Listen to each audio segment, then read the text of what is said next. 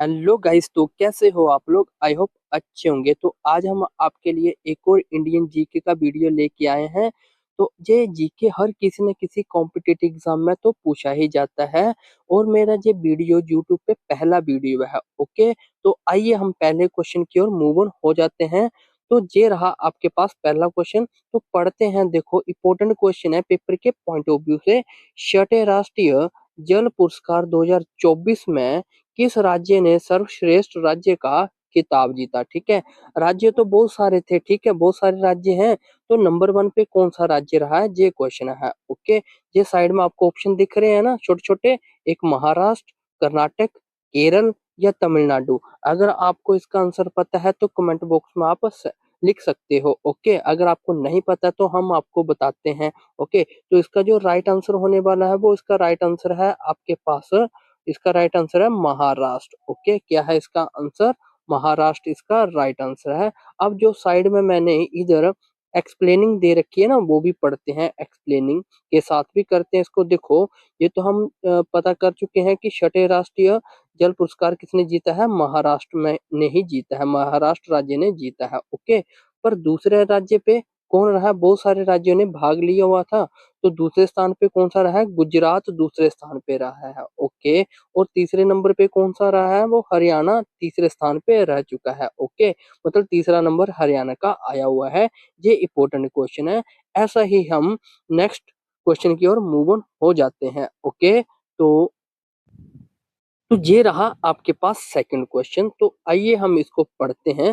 Second question को क्या बोला गया है, देखो, सेना सामरिक मिसाइल प्रणाली किस देश द्वारा विकसित की गई। ओके, ये भी एक इंडियन जीके का ही क्वेश्चन है, इंपॉर्टेंट क्वेश्चन है। ओके, तो इसको हम पढ़ते हैं। देखो, किस देश द्वारा विकसित किया गया है, ये छोटे छोटे ऑप्शन आपके सामने दे रखे हैं।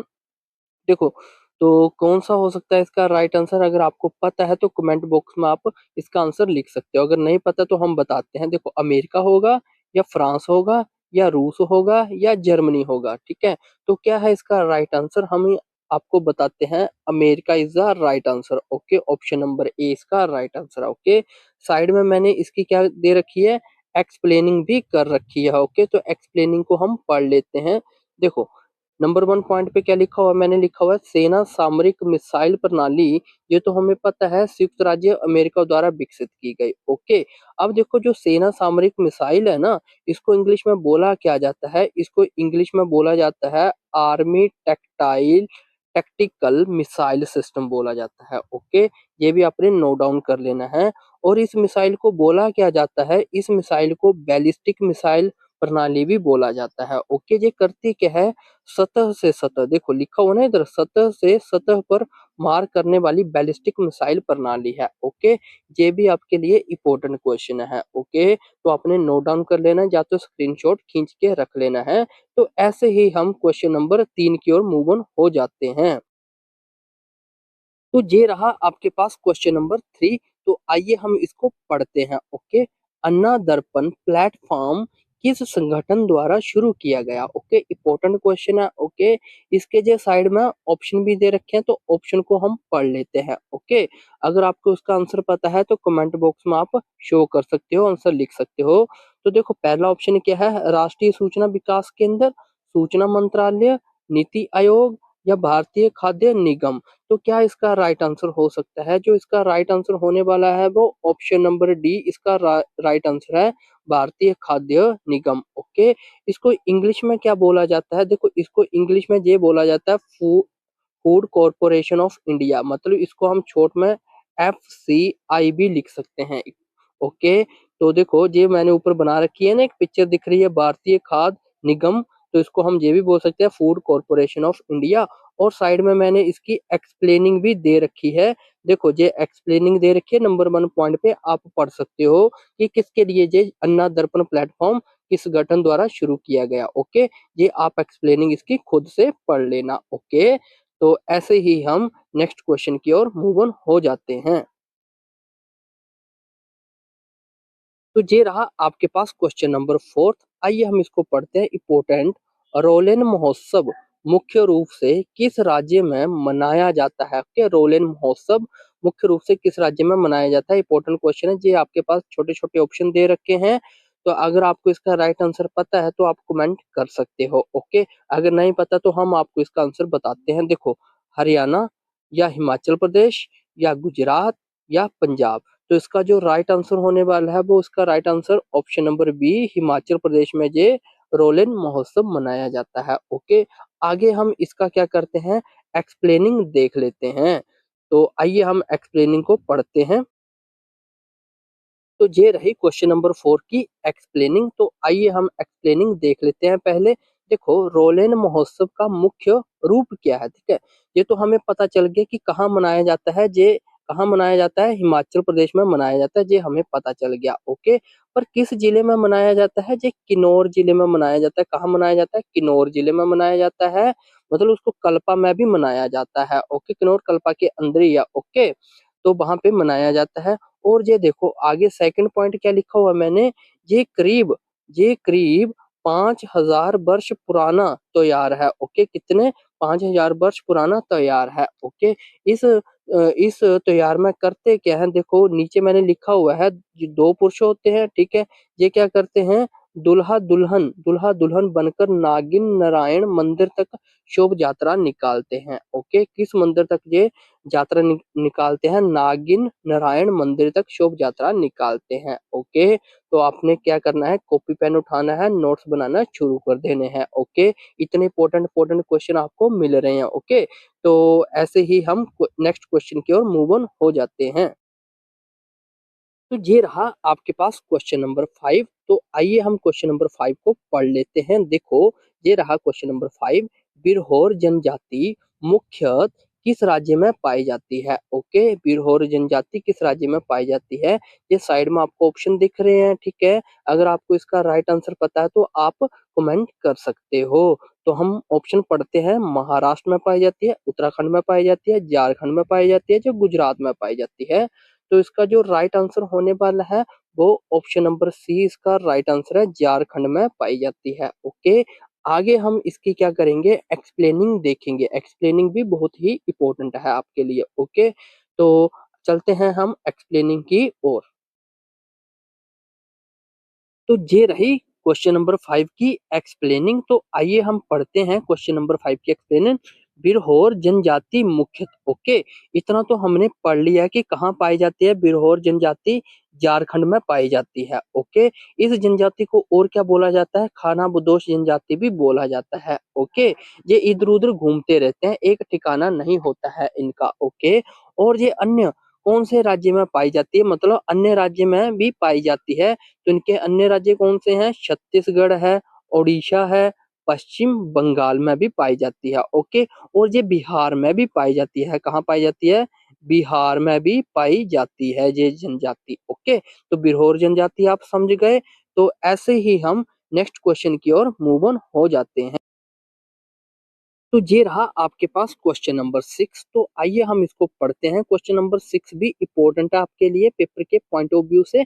देखो, साथ में आपको ये चित्र भी दिख रहा है ना, ठीक है, ये भी इम्पोर्टेंट है, ओके, आपको समझना। तो आइए हम पढ़ते हैं। देखो, ग्रेटर फ्लेमिंगो अंबार्य किस राज्य में स्थित है, ओके। तो ये साइड में आपको ऑप्शन दिख रहे हैं ना इसके छोटे छोटे। अगर आपको इसका आंसर पता है तो आप कमेंट कर सकते हो, अगर नहीं पता है तो हम आपको इसका आंसर बताएंगे। देखो, पढ़ते हैं ऑप्शन, कर्नाटक, केरल, तमिलनाडु या महाराष्ट्र। तो क्या है इसका राइट आंसर, तो इसका जो राइट आंसर होने वाला है वो है आपका तमिलनाडु, ओके। तो ऑप्शन नंबर सी इसका राइट आंसर है।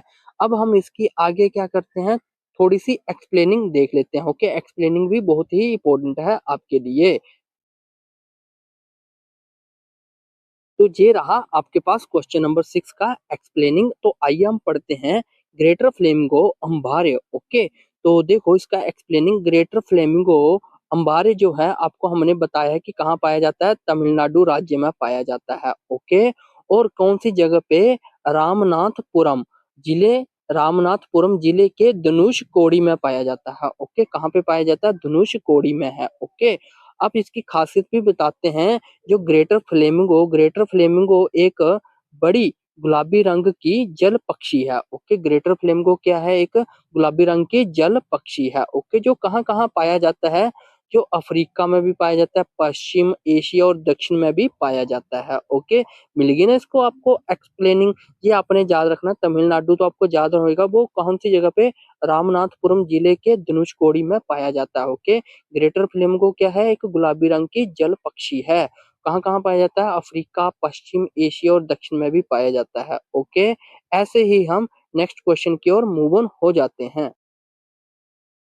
तो ये रहा आपके पास क्वेश्चन नंबर 7। तो आइए हम इसको पढ़ते हैं क्वेश्चन नंबर 7 को। देखो, विश्व नेत्रदान दिवस प्रतिवर्ष कब मनाया जाता है? ओके, ये साइड में छोटे-छोटे ऑप्शन दे रखे हैं। अगर आपको इसका आंसर पता है तो कमेंट आप कर सकते हो। ओके, और साथ में ये भी आपको दिख रहा होगा ना, देखो ये मैंने क्या लिखा हुआ, आपने ये भी पढ़ लेना है, ये भी मोस्ट इम्पोर्टेंट है आपके लिए। ओके, तो आइए हम ऑप्शन को कैरी ऑन करते हैं आगे। देखो, 8 जून को मनाया जाता है, 9 जून को मनाया जाता है, या 10 जून को, या 11 जून को मनाया जाता है। तो क्या है इसका राइट आंसर? जो इसका राइट आंसर होने वाला है वो 10 जून को मनाया जाता है। विश्व नेत्रदान दिवस 10 जून को मनाया जाता है। ओके, ये क्या दे रखी है, ये भी एक्सप्लेनिंग दे रखी है। देखो, आप जब जीवित नहीं रहेंगे तब भी आपको आपकी आंखें जीवित रहेंगी। मतलब अपनी आंखें, सीधा-सीधा इसका मतलब है कि अपनी आंखें दान करनी चाहिए। ओके, जब वो किसी की डेथ हो जाती है, जब हमारी डेथ हो जाती है, ठीक है, जैसे हम भी कल को मर जाएँगे,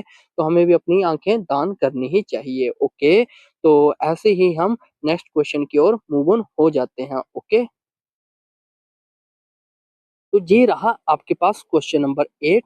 तो आइए हम इसको पढ़ते हैं क्वेश्चन नंबर 8 को। देखो, दोरजी-लुंग जल विद्युत परियोजना किस देश में स्थित है? ओके, दोरजी-लुंग जल विद्युत परियोजना किस देश में स्थित है? तो ये साइड में आपको ऑप्शन दे रखे हैं। अगर आपको इसका आंसर पता है तो आप कमेंट कर सकते हो। अगर आपको नहीं पता तो हम आपको इसका आंसर बताएँगे। तो आइए, ये आप चित्र भी देख पा रहे होंगे। ओके, तो इसके ऑप्शन पढ़ते हैं। देखो, भूटान, म्यांमार, नेपाल या बांग्लादेश। तो क्या है इसका राइट आंसर? अभी हम आपको बताते हैं, ऑप्शन नंबर ए इसका राइट आंसर है, भूटान। ओके, आगे हम ना इसकी एक्सप्लेनिंग देखते हैं नेक्स्ट पेज पे। ओके, तो ये रही क्वेश्चन नंबर 8 की एक्सप्लेनिंग। आइए हम पढ़ते हैं। देखो, इन्होंने बोल रखा है कि दोरजी-लुंग जल विद्युत परियोजना। ओके, हमने ये तो पढ़ लिया कि किस देश में पाई जाती है, भूटान में। ओके, ये तो ऑप्शन नंबर ए इसका राइट आंसर हो चुका है, भूटान के ल्यूट से। और कौन से जिले में, मोंगर जिले में। और किस नदी पे बनी हुई है ये, कुरुचू नदी पे, ठीक है, कुरिचू नदी पर स्थित है। ओके, इतना सारा आपको एक्सप्लेनिंग मिल रहा है तो आप नोट्स बनाना शुरू कर दो। फिर से बोल देते हैं, ये भूटान में है और ल्यूटसे और मोंगर जिले में है। किस नदी पर है, कुरिचू नदी पर स्थित है। ओके, अब आपको एक और हम बताते हैं बात। देखो, कितने मेगावाट की है, कितनी पावर है इसके अंदर, 1125 मेगावाट का ये प्रोजेक्ट है। ओके, अब देखो एक और हम बात बताते हैं आपको। ये भूटान का दूसरा सबसे बड़ा पीपी हाइड्रो प्रोजेक्ट है। ओके, पीपी, ये जो ट्रिपल पीपी लिखा हुआ है ना, आपने क्या करना है, इसकी फुल फॉर्म मुझे कमेंट करके आपने बताना है इसका आंसर। ओके, आपने बहुत सारे इसको एक्सप्लेनिंग मिल गई आप लोगों को, देखो, ठीक है। तो फिर से एक बार एक्सप्लेन कर देता हूँ। ये भूटान में पाया जाता है, ल्यूट से कौन से जिले में, मोंगर जिले में, कौन सी नदी पर है, कुरुचि नदी पर है। ओके, कितने मेगावाट की है ये, कितने मेगावाट की, 1125। और ये भूटान का दूसरा सबसे बड़ा हाइड्रो प्रोजेक्ट है। ओके, पीपी हाइड्रो प्रोजेक्ट है। तो ऐसे ही हम नेक्स्ट क्वेश्चन की ओर मूव ऑन हो जाते हैं। तो ये रहा क्वेश्चन नंबर 9 आपके सामने। ओके, तो आइए हम इसको अब पढ़ते हैं। किस मंत्रालय ने भारत नई कार मूल्यांकन कार्यक्रम संशोधित मसौदा जारी किया? ओके, आपने क्वेश्चन तो पढ़ लिया। ओके, तो अब हम इसके ऑप्शन भी देख लेते हैं। ऑप्शन क्या है, अगर आपको इसका आंसर पता है तो कमेंट आप कर सकते हो। इसका जो ऑप्शन पहला है, भारी उद्योग मंत्रालय। दूसरा है, सड़क परिवहन और राजमार्ग मंत्रालय। तीसरा है, उपभोक्ता मामले मंत्रालय। अगला है, फोर्थ, वाणिज्य और उद्योग मंत्रालय। तो क्या इसका राइट आंसर हो सकता है, ऑप्शन नंबर बी इसका राइट आंसर होगा। ओके, सड़क परिवहन और राजमार्ग मंत्रालय। तो ऐसे ही हम नेक्स्ट क्वेश्चन की ओर मूव ऑन हो जाते हैं। तो ये रहा आपके पास क्वेश्चन नंबर 10। तो आइए हम इसको पढ़ते हैं। क्वेश्चन नंबर 10 क्या है आपके पास? ओके, ये आप एक चित्र भी देख पा रहे होगे, इसमें मोदी जी भी हैं और बाकी देखो क्या लिखा हुआ, आपको देख के इसका आंसर पता चल रहा होगा। ओके, तो क्वेश्चन को पढ़ लेते हैं पहले। सुजलाम भारत शिखर सम्मेलन 2025 के लिए विजन का उद्घाटन कहाँ किया गया? ओके, तो ये इसके साइड में मैंने ऑप्शन दे रखे हैं। अगर आपको इसका आंसर पता है तो आप कमेंट कर सकते हो, अगर नहीं पता तो हम आपको बताते हैं। आइए ऑप्शन पढ़ते हैं। नई दिल्ली, मुंबई या कोलकाता या चेन्नई। तो क्या है इसका राइट आंसर? तो इसका जो राइट आंसर होने वाला ऑप्शन नंबर ए, नई दिल्ली, इसका राइट आंसर है। ओके, देखो ये भी लिखा हुआ है मैंने, vision for Sujalam Bharat. Okay, ये देखो ये दिया हुआ है। अब देखो मंत्री का नाम भी है मिनिस्ट्री ऑफ जल शक्ति, गवर्नमेंट ऑफ इंडिया। ये भी आपको हम एक्सप्लेनिंग में आगे बताते हैं। ओके, तो चलते हैं एक्सप्लेनिंग की ओर। तो ये रहा आपके पास क्वेश्चन नंबर 10 का एक्सप्लेनिंग पार्ट। ओके, तो आइए हम पढ़ते हैं सुजलाम भारत शिखर सम्मेलन 2025। ओके, तो ये हम आपको बता चुके हैं इसका आंसर कहाँ पे है। देखो नई दिल्ली, ये तो आपको पता है, पर ये सम्मेलन किया कब गया? ये 28 और 29 नवंबर 2025 को भारत के मंडपम मंडपम में किया गया, नई दिल्ली में आयोजित किया गया। ओके, देखो कितने सारे आपको आंसर मिल रहे हैं इनके। ओके, छोटे छोटे की पॉइंट्स भी मिल रहे हैं। तो फिर से हम पढ़ लेते हैं। ये शिखर सम्मेलन 28 और 29 नवंबर 2025 को भारत के मंडपम नई दिल्ली में आयोजित किया गया। ओके, इसका स्थान क्या था? स्थान आपको अभी अभी हम बता के आए हैं, नई दिल्ली। ओके, आयोजक आयोजक किसने किया? जल शक्ति मंत्रालय ने किया। ओके, आयोजक कौन थे इसके? जल शक्ति मंत्रालय। अब देखो उद्घाटन किसने किया? केंद्रीय जल शक्ति मंत्री, उनका नाम था श्री सी आर पाटिल ने शिखर सम्मेलन का उद्घाटन किया। ओके, उनका नाम क्या था? श्री सी आर पाटिल ने शिखर सम्मेलन का उद्घाटन किया। ओके, इतने सारे आपको इसके की पॉइंट्स मिल रहे हैं, तो आपने नोट्स बनाना शुरू कर देने हैं। ओके, ऐसे ही हम नेक्स्ट क्वेश्चन की ओर मूव ऑन हो जाते हैं। तो ये रहा आपके पास क्वेश्चन नंबर 11। तो आइए हम इसको पढ़ते हैं। देखो, हाल ही में खबरों में रही पश्चिम सेती जल विद्युत परियोजना किस देश में स्थित है? ओके, इंपॉर्टेंट क्वेश्चन है, आपको साइड में फिगर में भी दिख रहा होगा। ओके, ये साइड में इसके ऑप्शन दे रखे हैं। तो आइए हम ऑप्शन भी पढ़ लेते हैं। अगर आपको इसका आंसर पता है तो कमेंट कर सकते हो। नेपाल, म्यांमार, भूटान या बांग्लादेश। तो क्या है इसका right answer? Option number A इसका राइट आंसर है, नेपाल। ओके, आगे हम इसकी एक्सप्लेनिंग देख लेते हैं, उसमें से बहुत सारे की पॉइंट बन सकते हैं आपके। ओके, तो आइए हम देखते हैं इसकी एक्सप्लेनिंग।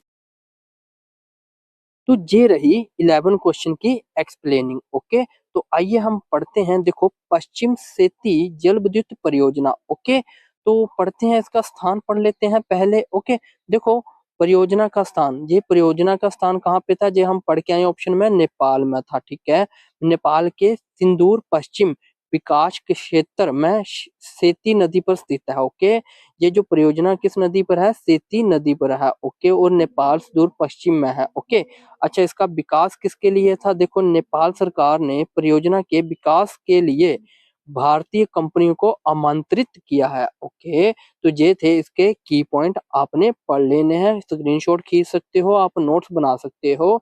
ओके, तो इस वीडियो में हम इतने ही क्वेश्चन रखते हैं। ऐसे ही हम मिलते हैं नेक्स्ट वीडियो के साथ। तब तक के लिए bye bye and take care. अगर आपको वीडियो पसंद आए तो अपने लाइक शेयर और सब्सक्राइब जरूर करना है। तो तब तक के लिए bye bye and take care.